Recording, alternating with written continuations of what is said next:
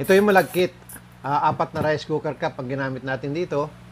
Ayan. Lulutuin kasi natin sa rice cooker. Oo. Ayan, hugasan natin mabuti mga 3 times hanggang sa luminaw. Tapos, yung panghuli natin, yun yung sasalain natin. Ano? Oo, para masimot yung tubig. Dahil magwa 1:1 ang labanan dito. Ano? Ganyan. Ayan. I-drain lang. 1:1 ang tubig. Kung ano yung pinagsukatan ng malagkit, siya rin yung pagsukatan ng tubig para hindi kayo magkamali. Yan.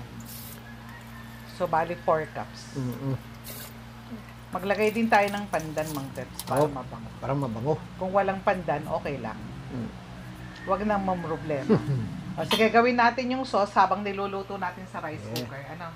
2 cups na coconut cream. Saka yung ating white sugar, 1/2 cup. Maglagay din tayo ng 1 teaspoon na asin. Pangbalanse yun ng lasa. Ayan. Halu-haluin lang, tapos sindihan na yung apoy. Medium fire lang.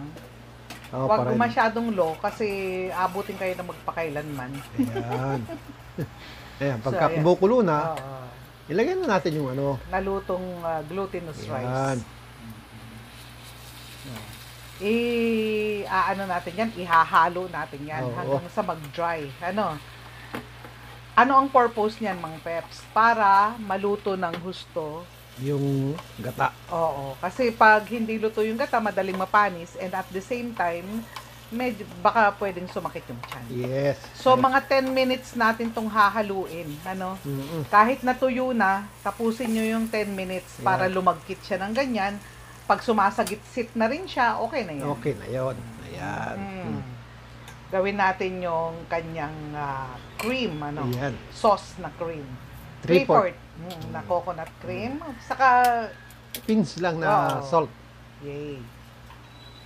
Ayan. Lutuin lang ito hanggang sa lumapot. Ayan. Mahinang apoy lang yan. Ayan. Done na yan. Tapos na. Okay. So, i-plating na natin. Lagay tayo nung malagkit na hinalo-halo natin. Yes. Ayan.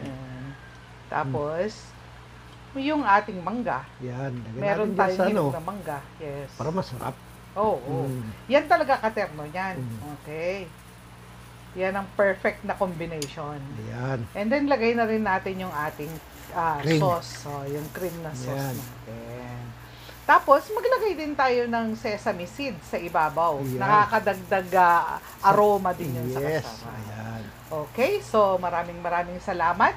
Huwag na kayong pumunta sa mga Thai restaurant. Gumawa na lang kayo. Napakadali lang po. Yes. Maraming salamat po. Thank you po.